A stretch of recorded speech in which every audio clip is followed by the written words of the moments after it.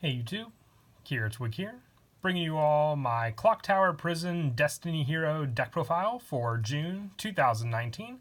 I want to take a shot at the sometimes overlooked version of the Destiny Hero deck, this version being the one that focuses on Dreadmaster with his Clock Tower Prison field spell.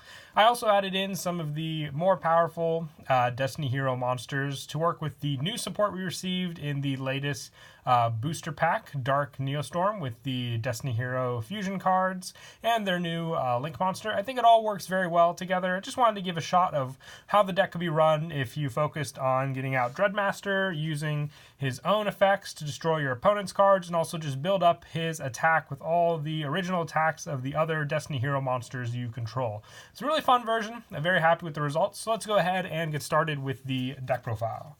So to start off, for the monsters, for the more big Destiny Hero monsters, I run 2 Destiny Hero Dreadmaster.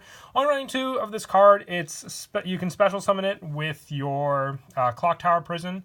Also, if this card is special summoned by the effect of Clock Tower Prison, destroy all monsters you control except Destiny Hero monsters. Also, after that, you can special summon up to 2 Destiny Hero monsters from your graveyard, and after this card is special summoned for the rest of this turn, Destiny Hero monsters you control cannot be destroyed. Also, you take no battle damage when they battle. The attack and defense of this card are equal to the combined original attack of all Destiny Hero monsters you control. So you can also set this card up quite nicely with Destiny Hero Dominance, if need be, with the new fusion support. But also I found that just the Clock Tower Prison itself, just to have the counters built up, preventing your battle damage, then just having this option available to you definitely does come in handy when you can get it off that way and then just get other Destiny Hero monsters on the field. But if you can just build up those Destiny Hero monsters with your Dreadmaster, you can hit some pretty powerful numbers as well with this card. For some of the other powerhouses I also run 1 Destiny Hero Plasma and 1 Destiny Hero Dogma. I run these 2. I really wanted to give Destiny End Dragoon a shot in the deck. Just seems it's been overlooked in some of the other builds, but it's been a lot of fun just to use it with the new support as well. So these cards are both used for that fusion. So they're just used most of the time for the fusion summoning. If you have the monster set up with Dominance's special summon, you can usually also tribute these cards out as well with their own effects, with Plasma being able to stop monster effects and Dogma halving your opponent's life points. Definitely is fun just to have these options available to you with Dreadmaster also.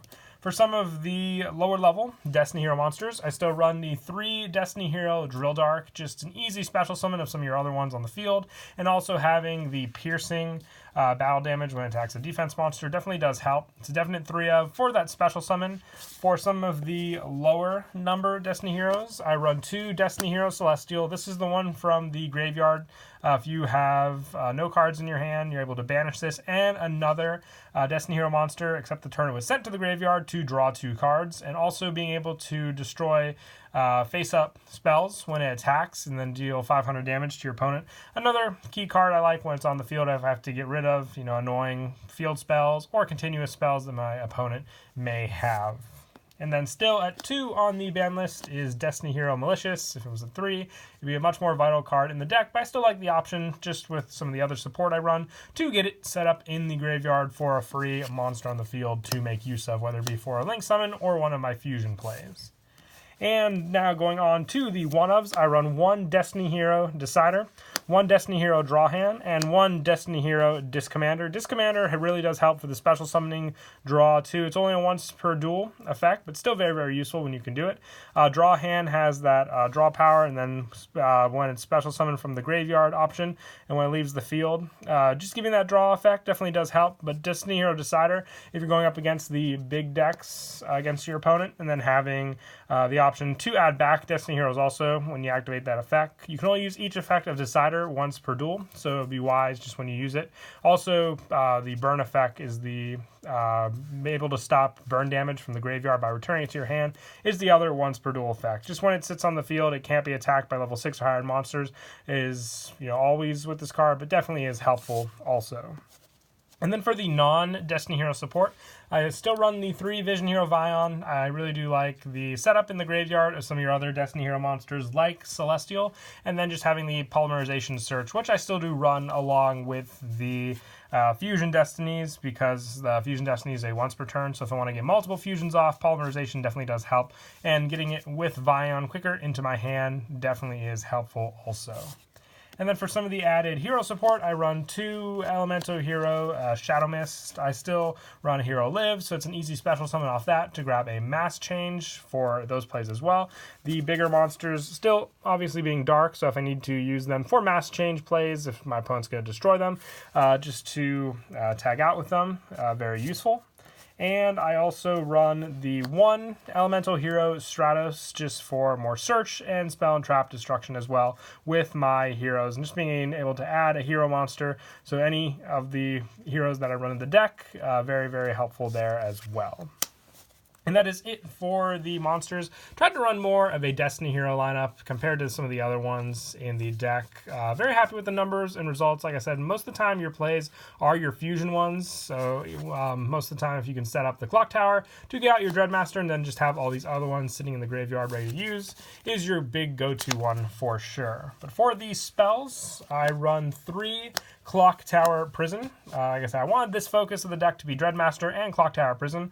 Once per turn, during your opponent's standby phase, place 1 Clock Tower counter on this card, and while there are 4 or more clock counters on this card, you do not take any battle damage. And if this card with 4 or more clock towers is destroyed and sent to the graveyard, special summon 1 Destiny Hero Dreadmaster from your hand or deck. So I like that's from the hand or deck, so if you do open up the card, you can still special summon it out. But also, I really like taking advantage of Clock Tower Prison's 4 counters to prevent the battle damage with some of my weaker Destiny Heroes that I run in the deck. I don't run any terraformings to search it out. I just rely on the 3 because, like I said, if my opponent destroys it, and I can just build up the clock towers again to prevent that battle damage. But most of the time, you know, my opponent doesn't want the Dreadmaster play, so they would end up just avoiding the field spell altogether. And I also run, probably one of the most important cards in the deck is Fusion Destiny, which I run 3 of. You fusion summon 1 fusion monster from your extra deck that lists a Destiny Hero monster as material using monsters from your hand or deck as fusion material, but destroy it during the end phase of the next turn. Also, for the rest of the turn after this card resolves, you cannot special summon monsters except dark hero monsters, and you can activate 1 Fusion Destiny per turn. So it just has to list the Destiny Heroes, so you can still get out Destiny and Dragoon with this card using your Destiny Hero Dogma and your Plasma. So very, very useful there. Most of the time, the play is Destiny Hero Dominance for the destruction of this card. Will still give you monsters on the field to use, which you can then use to set up your other cards also. So very, very nice and definite need of 3 in the deck for that. I also run 3 Destiny Draw, just, you know, discarding a Destiny Hero, so you're not even limited to the level of the Destiny Hero with this card, which I really like with some of the bigger monsters that I run in the deck also. And I also run 1 Reinforcements of the Army just to search out any of the level 4 lower warriors we need in the deck. Also 1 Monster Reborn for your graveyard plays to set up as well. And 1 Foolish Burial, 1 Polymerization, and 1 Hero Lives. This is for the Shadow Mist and the Stratos. Poly can be searched off the Vion, which we've already talked about. And Foolish Burial sets up Malicious or Celestial in my graveyard if I want the special summon or the draw power off of those cards as well. And also, lastly, for a couple 2-ofs, I just run 2 Mass Change. I dropped it down since I was running Destiny and Dragoon in the extra deck for some of my other grabs as well. So just decided to stick to 2 for the Mass Change plays for this version of the deck. And I also run 2 Allure Darkness. Drop this down for some of the trap choices at the end as well, which we'll get to in just a second here. But the draw power still does come in handy when comboed with Destiny Draw and just Celestial. You'll get a lot of cards going through your hand for ones you need specifically for your plays. So it is very, very helpful there. And then for the only traps I run in the deck, I run 2 Eternal Dread. You place 2 clock counters on each clock tower prison. So just being able to set up your clock tower that much faster with the counters you get with this card, definitely helpful for sure. And with all the cards you're drawing in this deck as well, you can grab these into your hand very, very fast. As long as you sift out the deck with some of your other cards, like Fusion Destiny, then you can easily get this to your hand, have the clock tower ready to go, and set up your counters much faster with this trap as well. And that is it for the main deck. We'll now move on to the extra deck. I run 3 Destiny Hero Dominance. To bump this card up to 3. It's just way too good. You need 3 Destiny Hero monsters to make it. So you have the numbers to make it with all the lineup we're running. And then just having that special summon option as well. The draw effect also. And also just being able to check the top 5 cards of your deck and rearrange them for that order. It's a true powerhouse and it doesn't need anything specific. So like I said, one of your main fusions to go for with this deck also. I also run the 1 Destiny End Dragoon for your Plasma and Dogma play. I already spoke of that as well with this card, so very, very useful there. And for more generic plays, I run 2 Destiny Hero Dangerous. You just need a Dark Effect monster, so you can even fuse with Shadow Mist if need be with this card. And I also run still 2 Destiny Hero Dystopia. If you wanted to bump the number down of how many Dystopia you run, you could add in a couple more Link monsters into the deck as well. And I also run 1 Dustopia. You just need a Destiny Hero Fusion monster to make this one, but still very, very easy to make since you can then just use your polymerization to fusion out the other one, since Fusion Destiny has to use cards in your hand or deck. So if it's already on the field, you'll have to use polymerization to make Dustopia. And then for the mass change, I have the 1 Anki and the 1 Dark Law. If you wanted to go for 2 Dark Law, you can try that out. But I like the Anki play where you can then search for the other mass change, then go into the Dark Law from there. And then for the Link plays, I run 2 Cross Crusader. Very helpful card just for special summoning and adding, and just needing 2 warrior monsters to make it, so you can even use the elemental heroes that we run in the deck as well. And then for more of the dark monster recycle, 1 Wee Witch Apprentice, just for bumping up your dark monsters, opening up your fusion space as well, just like Cross Crusader. And then for the Exceed monster, I have Evil Swarm Nightmare in here. I've always liked this card in the deck for the dark monsters we run, but if you want to try cards like Exciton Knight, Baguska, you can give those a shot just for the 1 Exceed in the space also. But that is it for the deck. I hope you all enjoyed the video.